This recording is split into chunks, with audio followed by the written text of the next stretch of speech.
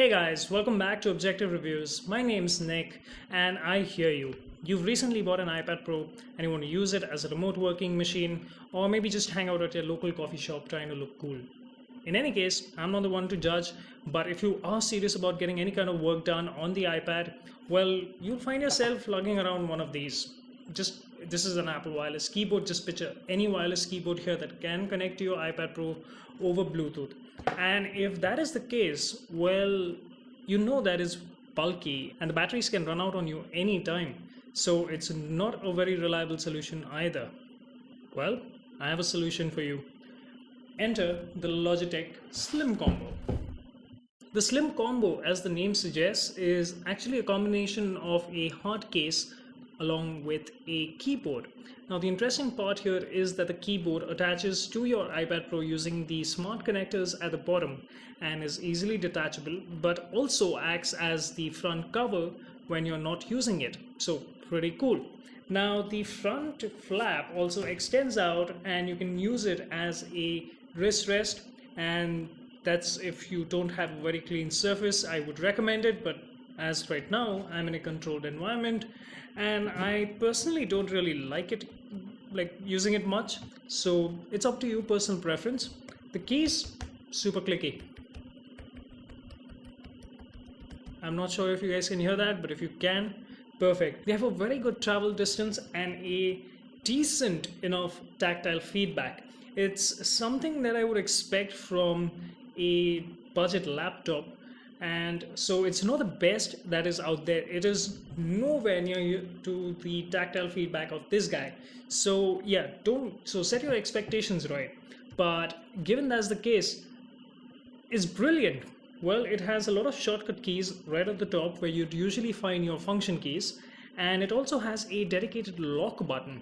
So if you're working and you tap it, well, it's going to lock the device, but if it's locked and you tap it again, it's going to open it. So that's pretty quick and convenient for using it.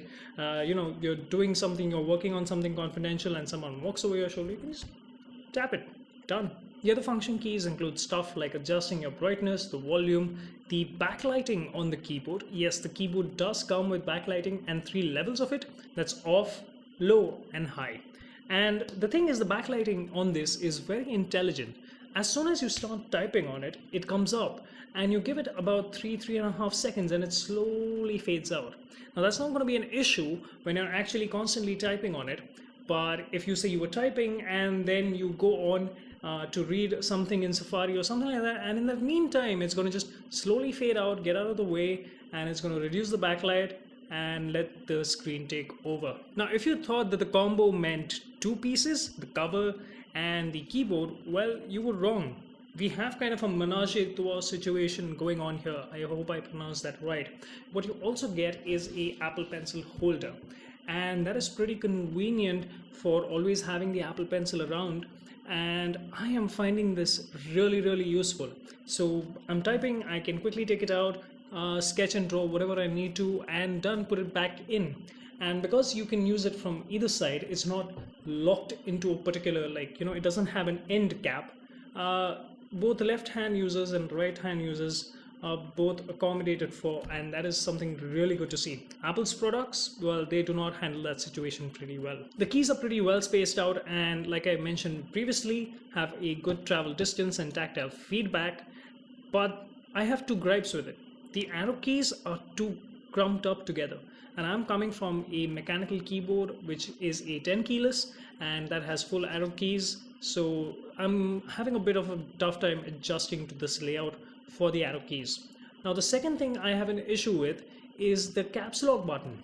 There is no way for me to tell if caps lock is on or off until I type something in, and it kind of becomes really annoying if you're going to be dedicatedly using this for typing. You may accidentally flick it and you have no idea, and you just type out an entire sentence or a few words and then you realize that the caps lock are on. So this is an excellent product for someone who needs the iPad Pro to be a true pro machine and bring out all of its features. I honestly believe that you need a keyboard attached to your iPad Pro to get that, because once you have that on, there are a lot of things that can start happening on the iPad via your input, obviously, using just the keyboard without even lifting your hands. It almost becomes like a laptop. But again, it's not a true laptop replacement if you're doing heavy workloads. So a couple of things that I absolutely love about this thing: you can adjust the back stand to be as flat out or as in your face as you'd like, and the pencil holder, of course. The backlighting effects are really cool. The earlier version of this product had an issue where when you close the flap and with the keyboard connected, it would start toggling the music. Now that is no longer the case, and it seems like Logitech has fixed that issue, and that is good to hear. And I have not faced it over the past week, so I'm assuming that it has been fixed. But I forgot the most important thing I love about this product, and that is the overall texture and feel and the industrial design, the build quality of it, and all of those things amount to a very high price tag. This thing does not come cheap, and I'm sure that a lot of pro users would agree with me that they'll see this more as an investment than an expense. So if you're one of those people, probably why you're here watching this video right now, go check the description for the links to where you can buy this. Those are of course my Amazon affiliate links, and feel free to follow me on Instagram, Twitter, and if you're new around here, don't forget to subscribe and obviously hit the like button. Duh. I'll see you in the next one. Cheers.